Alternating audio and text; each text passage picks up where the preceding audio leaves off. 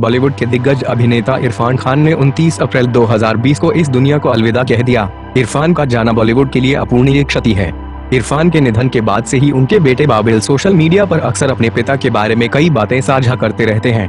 अब हाल ही में इंडस्ट्री में चल रही नेपोटिज्म की बहस के बाद बाबिल ने एक और पावरफुल नोट साझा किया है, जिसके जरिए बाबिल ने बताया है कि इंडस्ट्री में उनके पिता किससे हार गए थे। बाबिल ने अपने आधिकारिक इंस्टाग्राम अकाउंट के जरिए अपने पिता इरफान खान की 2 तस्वीरें साझा की हैं। इन तस्वीरों में से एक में छोटे बाबिल अपने पिता के साथ नजर आ रहे हैं, तो वहीं दूसरी तस्वीर में इरफान खान लेटे हुए हैं। इस तस्वीर के साथ कैप्शन में बाबिल ने लिखा है, क्या आपको मालूम है कि मेरे पिता ने मुझे सिनेमा का छात्र होने के नाते सबसे जरूरी चीज क्या सिखाई थी। इस बारे में आगे बात करते हुए बाबिल ने लिखा, मेरे फिल्म स्कूल जाने के पहले उन्होंने मुझे चेतावनी दी थी कि मुझे खुद को साबित करना होगा, क्योंकि बॉलीवुड दुनिया के सिनेमा में कभी कभी सम्मानित होता है। तो ऐसे में मुझे भारतीय सिनेमा के बारे में कुछ बताना चाहिए जो बॉलीवुड के कंट्रोल से परे है। दुर्भाग्य से मेरी क्लास में ऐसा ही हुआ। बॉलीवुड के लिए कोई रिस्पेक्ट नहीं थी। 60 से 90 के दशक के इंडियन सिनेमा को लेकर किसी तरह की जागरूकता नहीं थी। आगे बाबिल लिखते हैं, भारतीय सिनेमा के बारे में विश्व सिनेमा सेगमेंट में सिर्फ एक ही लेक्चर था, जिसे बॉलीवुड अनबियॉन्ड कहा गया, जो क्लास में सिर्फ मजाक बनकर रह गया।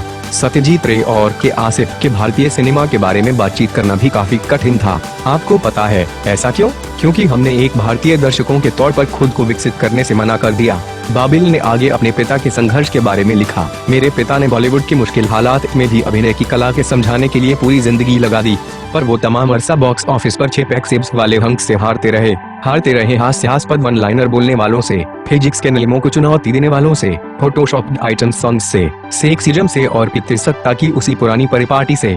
क्योंकि हम एक ऑडियंस के तौर पर ये सब चाहते थे और पसंद करते थे, हमें सिर्फ एंटरटेनमेंट चाहिए था, इसीलिए हमारी सोच में भी कोई बदलाव नहीं आया। बाबिल ने आगे कल्कि के बारे में बात करते हुए लिखा, अब बदलाव आ रहा है, युवा नए मुकाम की तलाश कर रहा है, हमें इसके लिए अब खड़ा होना चाहिए, जिससे फिर से इसे दबाया न जा सके, इसकी कोशिश करनी चाहिए। मुझे बड़ा अजीब लगा था जब कल्कि को बाल छोटे करने पर एक लड़के की तरह दिखने के लिए ट्रोल किया गया था। ये तो पूरी तरह से किसी की क्षमताओं को दबा देने का उदाहरण है।